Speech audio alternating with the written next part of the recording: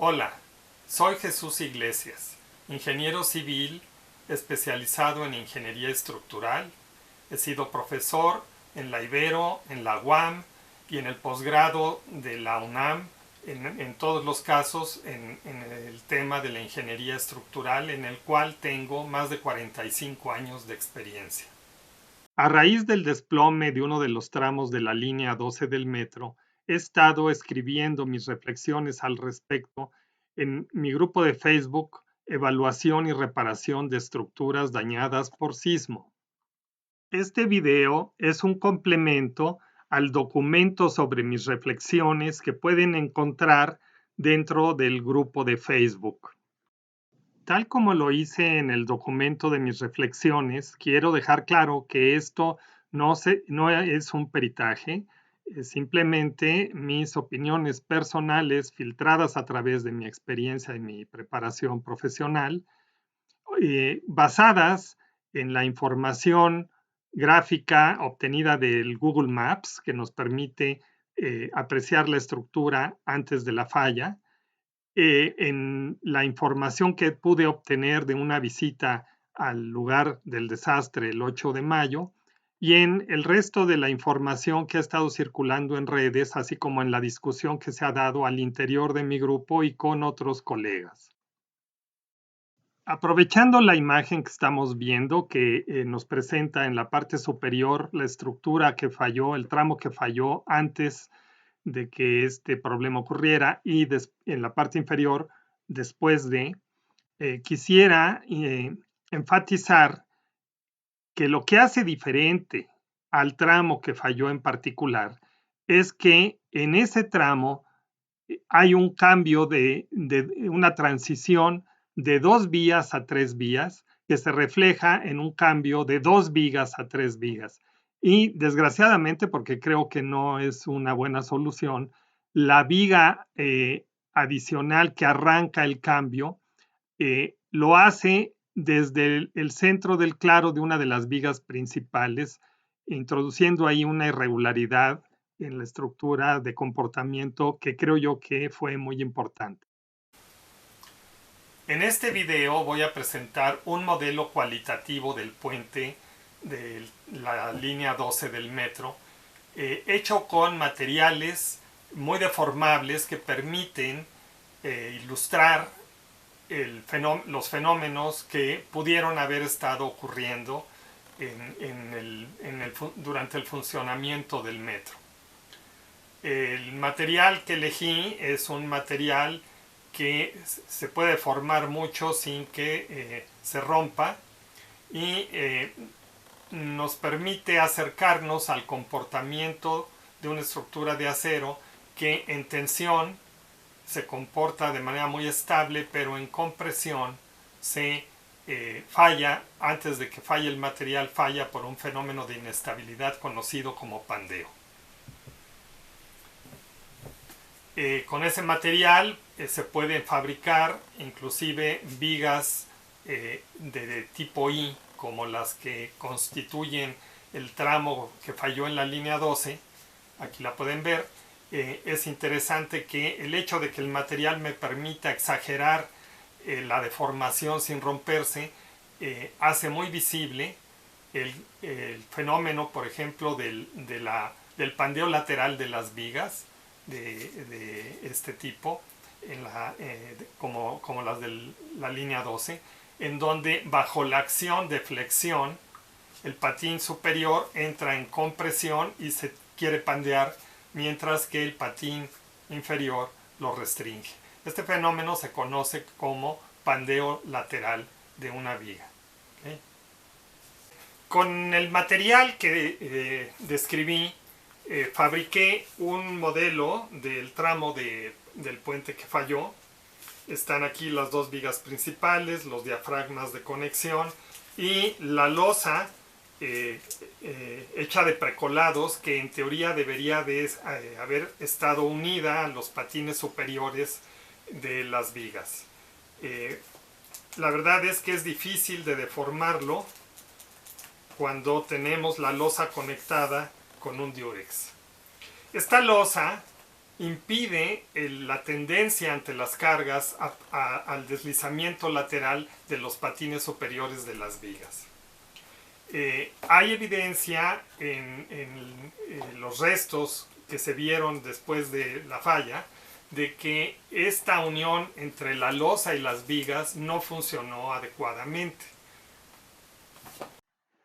En esta fotografía que tomé el 8 de mayo en el lugar del accidente, se puede apreciar el patín de la viga principal en la cara norte, cómo está desplazado lateralmente, obvio por pandeo lateral, y se aprecian los conectores que debían haberlo mantenido unido a la losa, degollados en su base.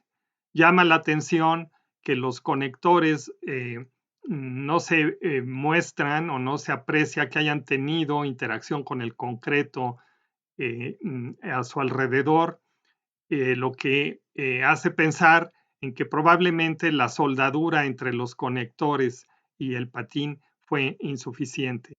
En todo caso, lo que parece que queda claro es que el comportamiento de conjunto entre las vigas y la losa que debía de haberse dado fue uno de los puntos débiles de la estructura y que debe seguramente haber contribuido a la falla. Para entender las fuerzas que el sistema de la losa de precolados con un firme superior tendría que haber estado resistiendo para evitar la falla prematura por pandeo de las vigas, resulta de interés eliminar la losa y analizar el comportamiento ante cargas de esta estructura, de esta, digamos, subestructura del puente.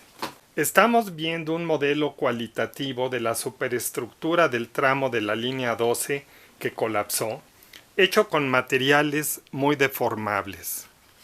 El modelo representa las vigas principales unidas por una serie de diafragmas que las conectan.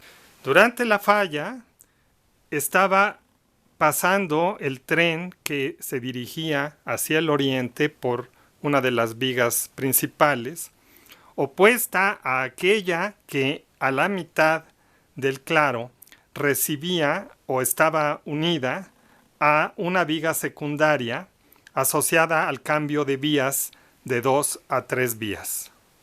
Si aplicamos una carga simulando el paso del tren en la viga principal correspondiente y no tomamos en cuenta la viga secundaria que se une a la mitad del claro, vemos que el comportamiento del puente se da con un pandeo lateral de la viga cargada, en un modo de pandeo restringido por los diafragmas, en forma de S en este punto, acompañado de una deformación por torsión de la viga opuesta. Bien, ahora voy a simular el efecto de la viga secundaria que se conecta a la mitad de la viga principal en este punto, simplemente restringiendo la posibilidad de la viga a la torsión que vimos que se producía en el mecanismo de falla anterior. Entonces, al hacer esto y volver a cargar, encontramos que el mecanismo de falla ahora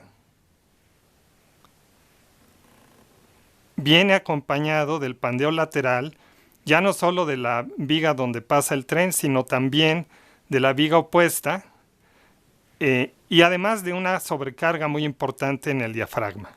Entonces pasamos de un modo de pandeo que afecta a una sola viga a un modo que afecta a las dos.